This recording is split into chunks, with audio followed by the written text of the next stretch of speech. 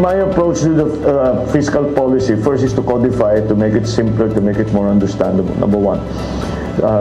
Secondly is to reduce as much of the tax collections from those who are suffering from the pandemic, the effects of the pandemic. That means MSMEs, agricultural sector,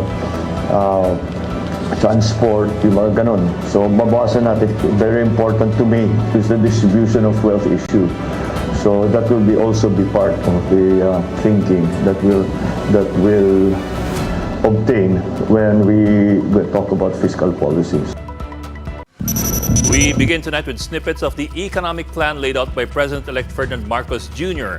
Fresh out of Wednesday's proclamation, Marcos held a public meeting in his headquarters in Mandaluyong, inviting selected members of the press. The press conference was streamed live on Facebook. There, Marcos said his first order of business in his presidency is the economy, and he bared his choice for the finance and trade departments.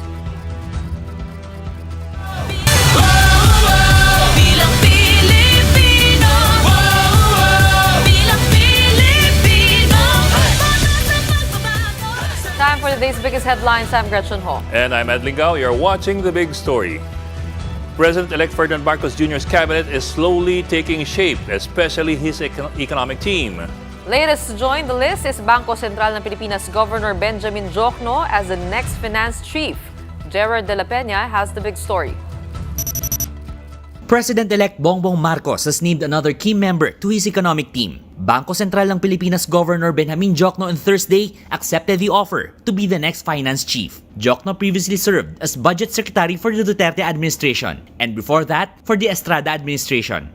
I'm committed to observe continuity of sound macro and fiscal policies that have helped position the Philippines among the most resilient emerging economies. To ensure continuity, Diokno says he will keep most of the DOF undersecretaries. Meanwhile, Monetary Board member Felipe Medalla will complete Diokno's unexpired term at the BSP, which is until July next year. Medalla was also the Director General of NEDA during the Estrada presidency. Former President Noynoy Aquino's NEDA chief Arsenio Balisacan, meanwhile, will return to the post. He is the current chairman of the Philippine Competition Commission. As for the recommendations of outgoing Finance Chief Sonny Dominguez, Diokno says it is too early to make pronouncements. The DOF recommends imposing new taxes to help the government pay off its pandemic debt.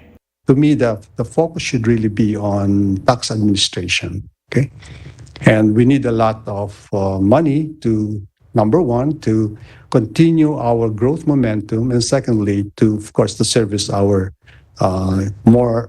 higher level of public debt. For Marcos Jr., there is a need to overhaul the country's tax system.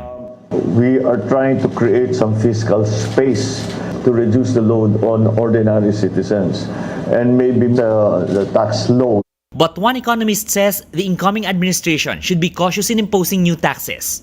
As much as possible, it's also avoiding higher taxes on the poor and the vulnerable sectors. It's preventing the hardest hit sectors from becoming worse off as a result of these higher taxes. For News 5, Gerard de la Peña, We Are One News.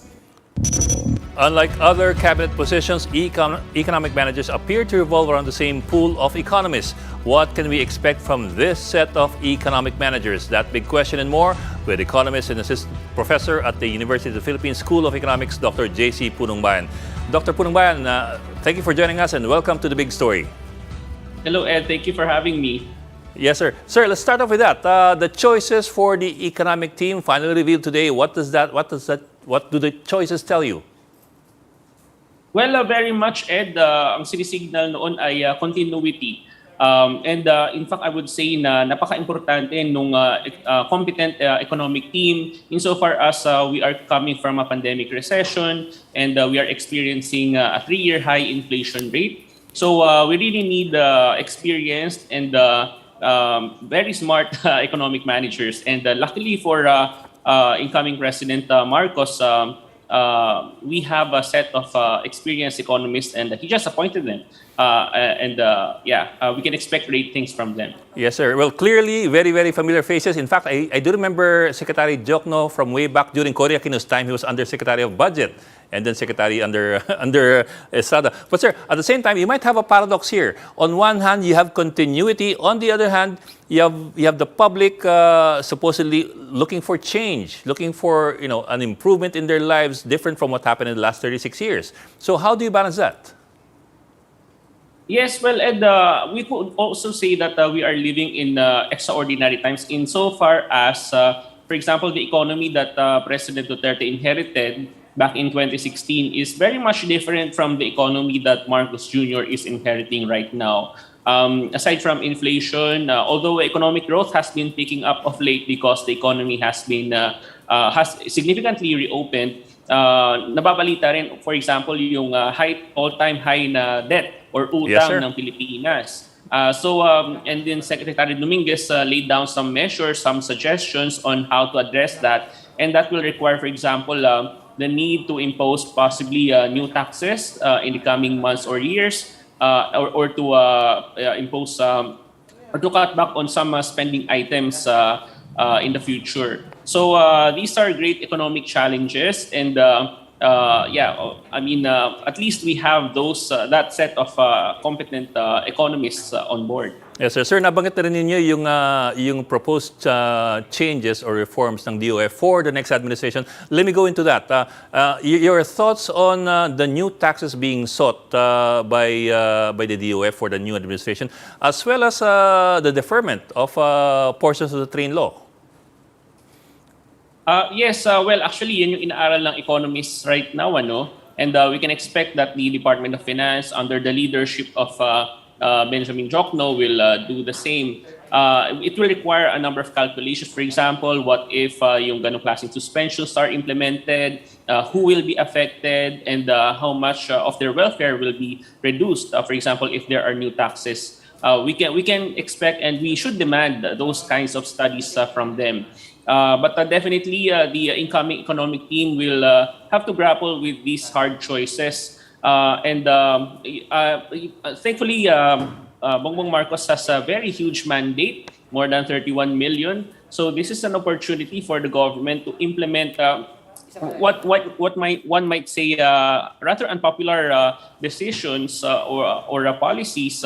Kasi andyan yung mandate and Yes, sir. we expect that Bongbong Marcos will continue to be popular despite the imposition of those difficult policies. Yes, sir. Sir, I was looking at the list of proposals from the DOF, and some of them do appear to be, sort of bitter pills. So you're looking at the increased road users tax, increased taxes or excise taxes on motorcycles and pickup trucks, 1 peso additional excise tax on petroleum products, increasing the coverage of EVAT, among other things. Even single plastic bags are going to be taxed. So how does that come across to you?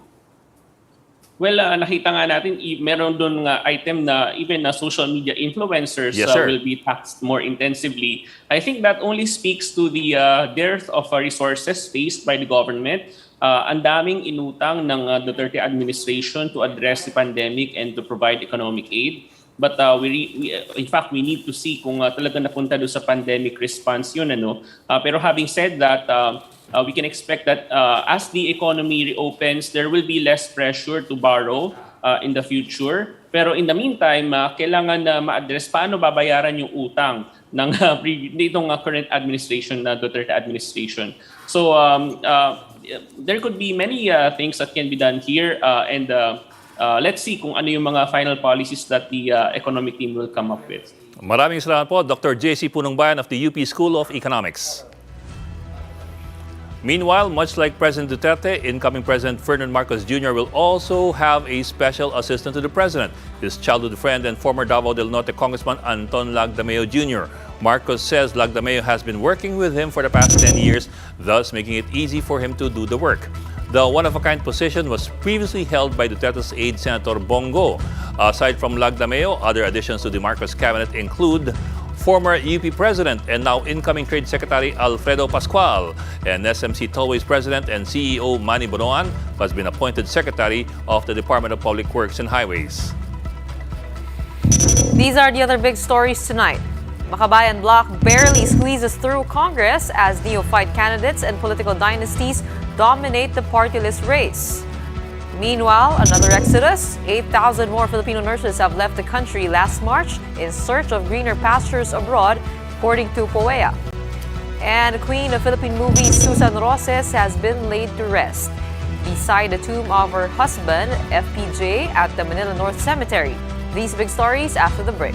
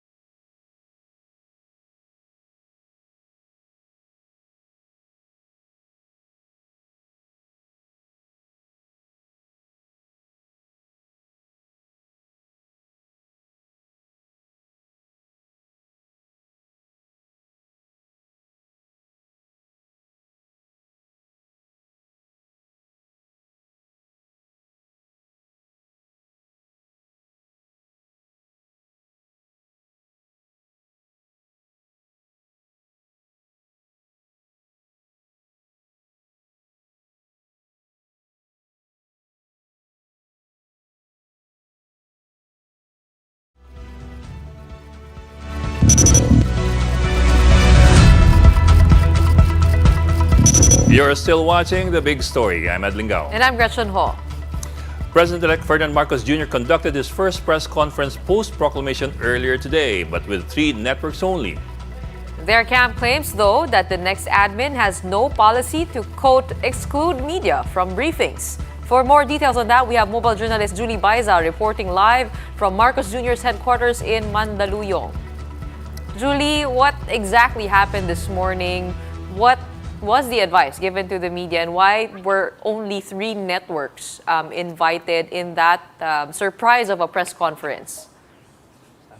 Gretchen, based on last night's advisory, supposedly sarado itong BBM HQ and walang any press conference na nakaschedule. But from 10 a.m. kanina, yung team, yung media team ni BBM ay biglang nag-send ng Facebook page niya kung saan ongoing na yung press conference niya with 3 TV networks. According to Attorney Vic Rodriguez, nagkaroon siya ng pressure ngayong hapon na around 1 p.m. na lang din na i-advise sa amin. So, kinailangan namin habulin ng mga 3 p.m. Sinabi niya na hindi naman nila ni-restore plano na i-exclude ang media. Nagkataon lang daw na itong 3 media network, SMNI, Net25, and GMA, humiling sila ng one-on-one interview sa media team ni BBM before pa nung campaign period. At ito nga daw yung naging commitment. Kaya pinaunlakan lang ngayon, hindi na nga daw one-on-one at sabay-sabay na.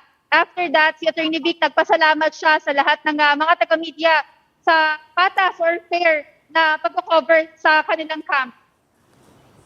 Does this mean that in future occurrences and future press conferences that everybody, all members of the media will already be invited and included at hindi magkakaroon ulit ng separate press ko, no, para dun sa tatlong network na yon? That's what we're really hoping, since kanina humarap na rin sa amin yung incoming press secretary na si Attorney Trixie Cruz Angela. So we're hoping na magkaroon na ng definite schedule na briefings and advance advisory para hindi ganun gulatan at same day yung nalalaman namin na press conference. Yeah, but Julie, was there any commitment on the part of the new PCOO secretary on whether or not there will be regular press briefings and whether or not everybody will be invited? Ed, ang commitment pa lang ngayon, magkakaroon ng around 2 to 3 briefings per week. Pinilit namin bigain kung anong mga araw sana to, no? Pero ang sinagot sa amin ni Attorney Trixie, bago pa lang siya, let her settle down and be gentle. Maging gentle daw muna kami sa kanya. Alright, we'll be definitely on the lookout for that. Maraming salamat. That was mobile journalist Julie Baiza reporting live from Marcos Jr.'s headquarters in Mandaluyong.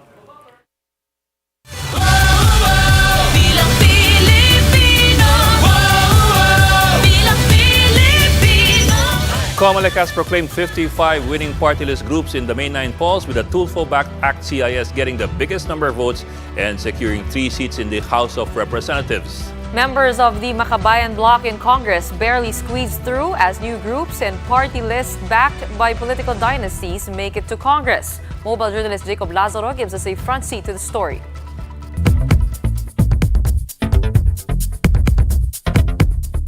The 2022 elections were full of surprises, with neophyte candidates beating out old-timers in the party list race.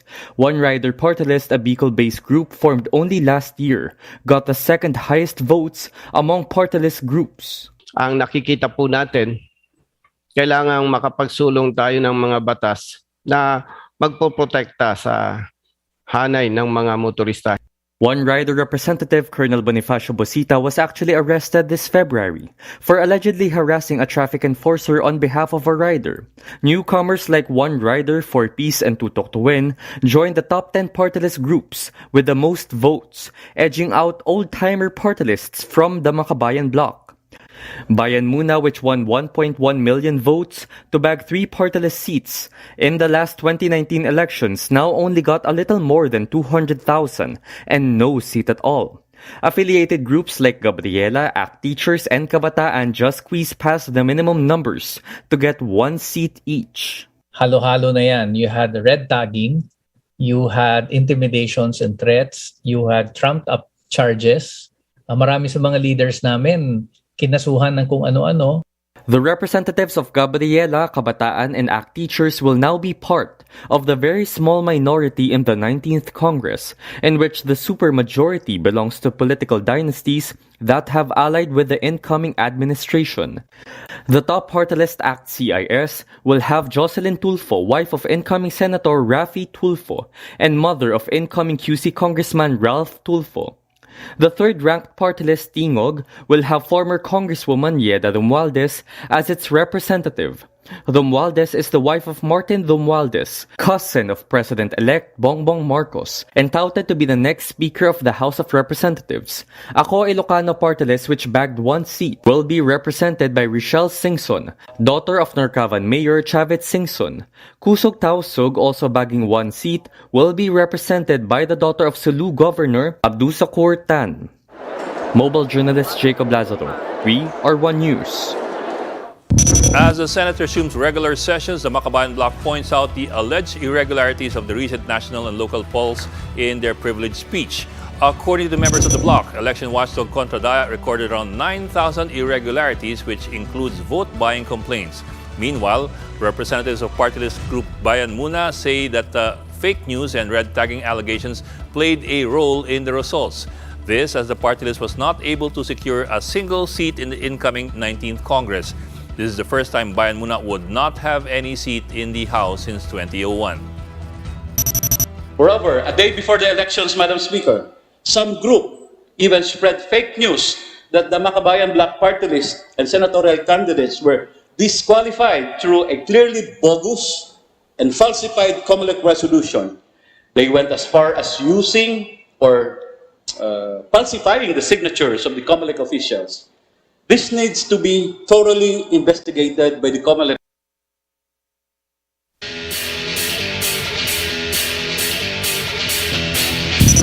For the big story in sports, with the 2022 NBA draft set on June 23, all eyes will be on talented Filipino big man Kai Sotto. But where could the 7'3" center end up in the draft? Find out in my report. And upstairs by the wall, it's short. Big man kept going. The sky is the limit for Kai Sotto. In just his rookie season with the Adelaide 36ers in the NBL, Sotto has shown remarkable improvement in his game. Given the limited minutes, Sotto was still able to produce 7.5 points, 0.5 assists, and 4 rebounds a night. Add to that, a game-high 21 points. This even led to the 7'3" big man copping the fans MVP award. I feel like I really improved. Heading into this NBA draft, that experience in Australia really helped me. And now I'm in Atlanta, continuing to get better. Sotto's star is definitely on the rise, and momentum is on his side, as he declared for the 2022 NBA draft. In fact, he was recently included in Sports Illustrated Fan Nation's mock draft. There, Sotto was projected to be picked in the second round, going at number 49 by the Sacramento Kings. And with a little less than a month left, this bit of good news could pique interest and pull his stock draft even higher. Now, the teams that have invited Kai that I've spoke to, and I spoke to them during the year, of course, are very enthusiastic about Kai. His potential, what he accomplished this year. After showing his stuff with the New York Knicks, Kai is slated to join the in-house workouts of 11 other NBA teams, all scheduled before the draft on June 23. But while there are doubts on Kai's readiness for the big leagues, trainer Jeremiah Boswell says the talented big man is definitely NBA ready. He's getting better, and I think those things are gonna, as Joel mentioned, he's gonna dazzle some people. He looks like an NBA player. Indeed, the 20-year-old has matured and grown so much with his experiences abroad. But one thing stood out. What did you get tattooed on yourself? This one is the first one I got. It's Poseidon, because my name Kai is in other words is sea or ocean. So I got Poseidon because he's the god of the sea. But the others, I just like the design. Oh, don't tattoo a girl's name there. Giving you advice right now. A big dream comes with a big prize. Even with all the sacrifices he has to make, Kai has remained grounded and laser focused on his goal of becoming the first full-blooded Pinoy in the NBA. I mean, in the Philippines, there's a saying, libre lang mangarap, it's free to dream. So when I heard about that, I jumped in. I think the biggest advice is to keep on trying. It's okay to fail, it's part of the journey. But just the fact that you tried and you did your best, that will help you get better as a person. Gretchen Hall, We Are One News. Time for another quick break. More of the big stories when we return.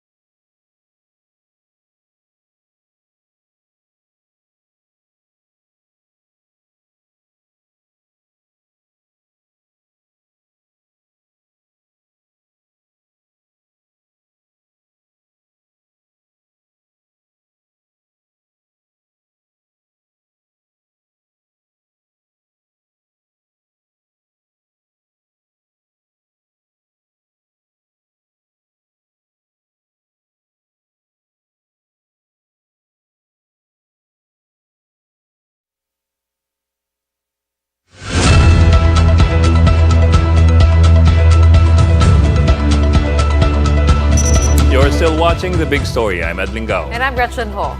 As more countries reopen their borders, private and public hospitals are seeing an exodus of healthcare workers. The Philippine Overseas Employment Administration says 8,000 Filipino nurses have left the country last March, drawing concern on the effects of said vacancies in the profession should the Philippines face another COVID-19 surge. Faith Del Mundo with the story.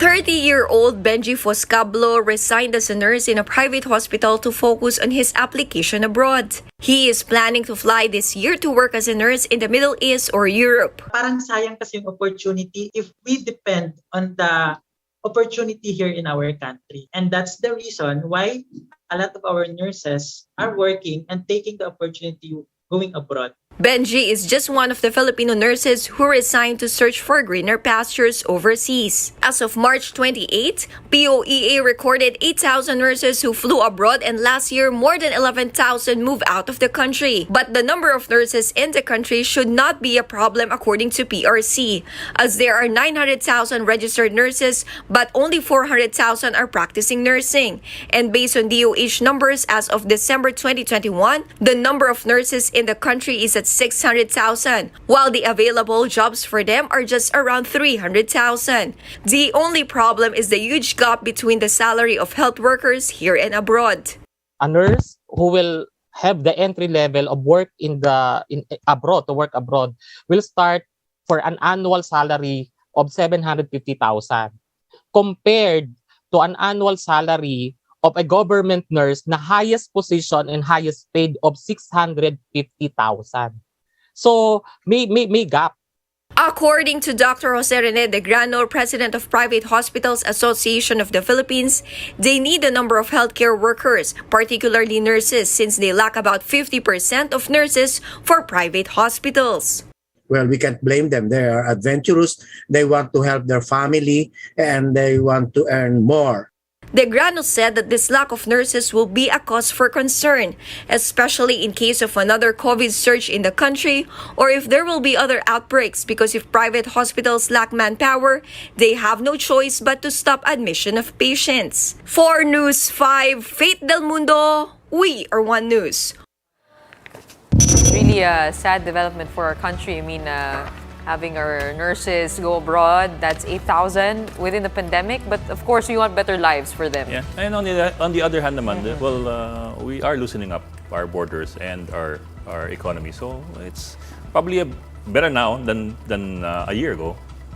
Diba? When we need Tama naman. In fairness naman, salute pa rin naman sa ating mga nurses na talagang nagstay dito, talagang nagserbisyo para sa ating bayan. And on the other side of it, they also have to take good care of themselves and their families. Sige, baka sumunod ka. Pinipunta ko lang. Oo. That wraps up today's Big Story. Catch us again tomorrow at 8 p.m. on Signal Channels 8 and 250. Please like our Facebook page, One News. For more in-depth analysis, visit our webpage, onenews.ph. Mask on. Wash hands. And stay safe, Philippines. For Robbie Lampay, I'm Ed Lingao. And I'm Gretchen Ho. We are One News. Have a good evening.